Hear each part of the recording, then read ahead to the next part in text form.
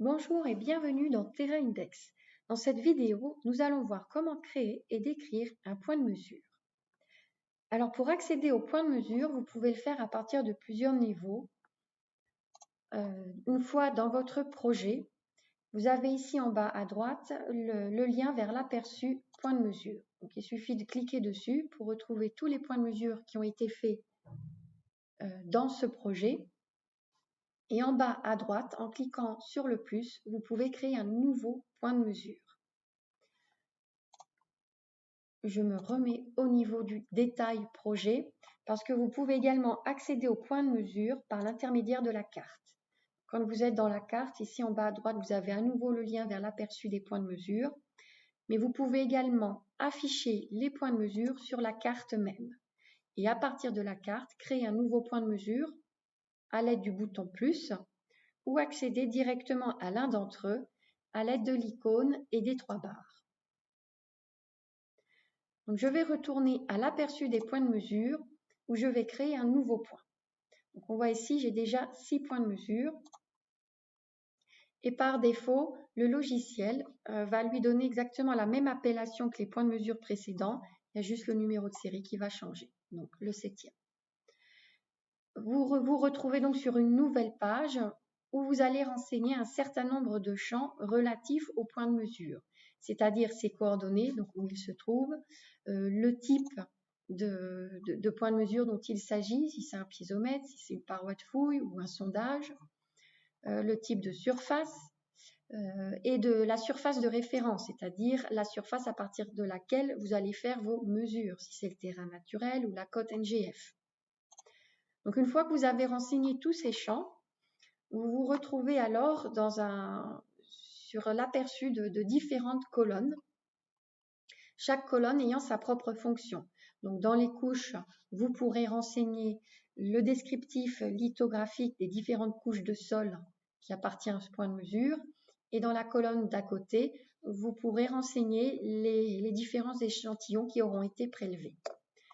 Dans la colonne ouvrage, vous avez la possibilité entre d'écrire un piézomètre ou un piézère et de renseigner les prélèvements d'eau souterraine ou de gaz de sol qui auront été faits.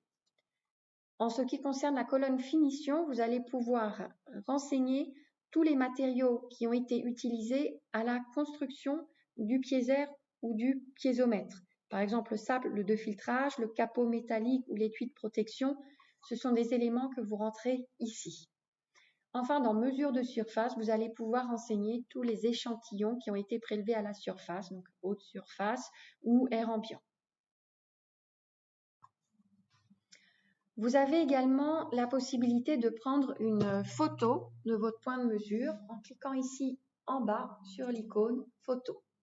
Vous pouvez alors prendre une photo en cliquant toujours sur l'icône ou insérer un schéma ou un croquis que vous aurez fait sur place et que vous aurez enregistré sur votre tablette sous le format JPEG ou PNG, enfin sous un format photo dans tous les cas. Bon, là, je les avais déjà enregistrés, donc pareil, vous les sélectionnez et vous pouvez les supprimer en cliquant sur la croix. Je vais retourner dans l'aperçu des points de mesure parce qu'il y a également d'autres possibilités. Vous pouvez dupliquer un point de mesure, par exemple celui-ci, je veux exactement le copier.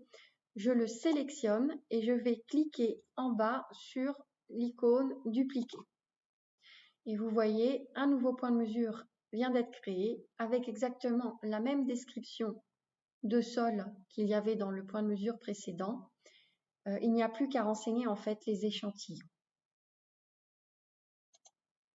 Vous souhaitez supprimer un point de mesure, pareil, vous sélectionnez les points de mesure en question et vous cliquez sur supprimer.